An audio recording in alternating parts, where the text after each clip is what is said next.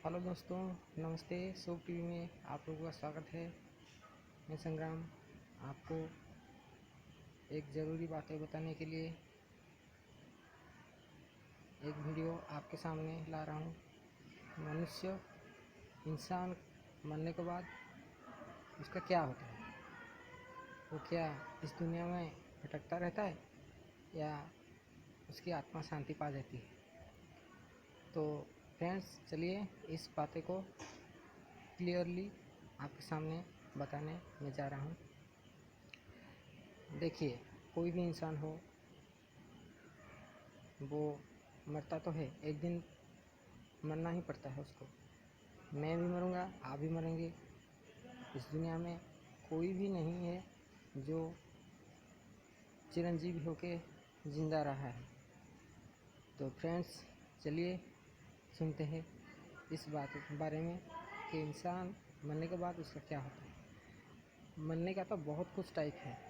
कोई एक्सीडेंट होकर मरता है, कोई जहर खा के मरता है, कोई रस्सी लगा के मरता है, तो कोई रोग बीमारी से मरता है, तो कोई अपने आप चले जाता है। जिसका टाइम पूरा होगा वो इस दुनिया को छोड़ कर चला जाएगा। चला जाने के बाद उसका क्रियाकर्म तो करते हैं घर लोग, और क्रियाकर्म 10 दिन के बाद होता है। 10 दिन उसका क्रियाकर्म होता है और उसके घर लोग साफ़ सुथरा होते हैं, और 10 दिन तक उसकी आत्मा भटकती रहती है। ये सच्ची बात है, आप लोग जानते भी होंगे। 10 दिन तक उसकी आत्मा इस दुनिया में भटकती रहती है। जब 11वें दिन होता है तो सबको खाने पीने के लिए दिया जाता है। 12वें दिन उसकी आत्मा शांति पा जाती है। जिनकी आत्मा शांति नहीं पाती उसका क्या होता है, ये भी बहुत सारे लोगों को मन में आया होगा। जिसकी आत्मा शांति नहीं होती वो तो परलोक तो सुधार जाता है। परलोक में क्या होता है, परलोक में क्या क्या होती है, ये बातें मैं आपको इस वीडियो में बताने जा रहा हूँ। ध्यानपूर्वक सुनिएगा। तो फ्रेंड्स, इंसान जब मर जाता है तो वो जो पहले मरा होता है और जो भी पाप किया होता है, उदाहरण के तौर मैं आप लोगों को, आपके यहाँ कि किसी को भी मैंने नुकसान पहुंचाया हो, तो मैं मर चुका हूं, आप नहीं मरे, उदाहरण के तौर पे। तो आप जब भी मरेंगे, मैं आपको जो भी क्षति, आपको नुकसान किया था, वो नुकसान तो भरना ही होगा मुझको, चाहे जिंदा होकर भरूं या मर के भरूं। यहाँ सब कुछ चुकाना पड़ता है। चुका के ही हमारा जो आत्मा होता है वो शांति पाता है, और बिना चुकाए आत्मा शांति नहीं पाती। मैं फिर से एक शॉर्ट माध्यम से आपको उदाहरण के बताता हूँ। मैंने आपको मार दिया है, तो मैं जिंदा हूँ, आप मर चुके हैं। तो आप मर चुके हैं तो बदला कौन लेगा? बदला तो कोई नहीं ले सकता।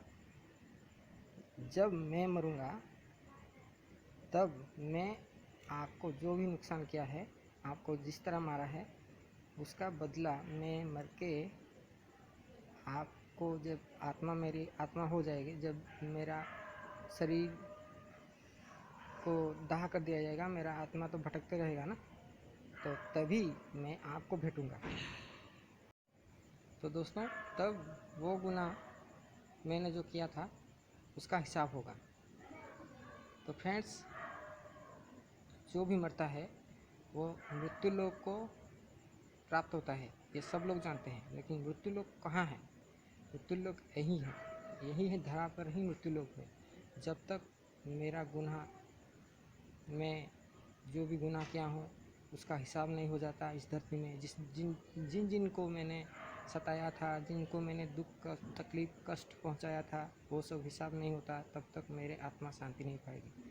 वो यही है मृत्यु लोक। और मरने के बाद यही होता है सबके सामने, सबके साथ यही होता है कि जब जो भी गुनाह किया है वो लोग उसको जो कहते हैं यमपुरी में भोग करेंगे, यमपुरी में तेल में तलेंगे, यमपुरी में यमराज दंड देंगे। वो यमराज दंड नहीं देते, यहीं पे दंड हमको मिलता है। हमारी आत्मा भटकती रहती है और हमें जो भी गुनाह किया हूँ मैं मरने के बाद जो भी गुनाह किया हूँ वो गुनाह का जो भी फैसला यही होगा।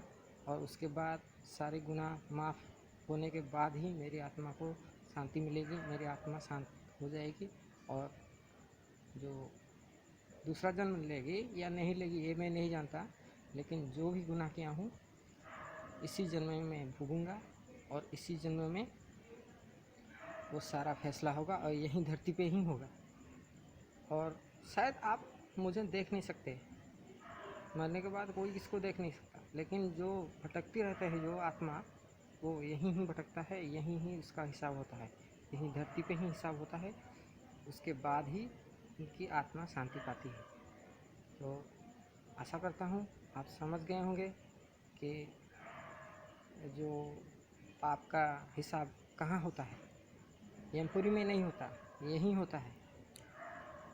सो फ्रेंड्स, सो टीवी में बस इतना ही। धन्यवाद।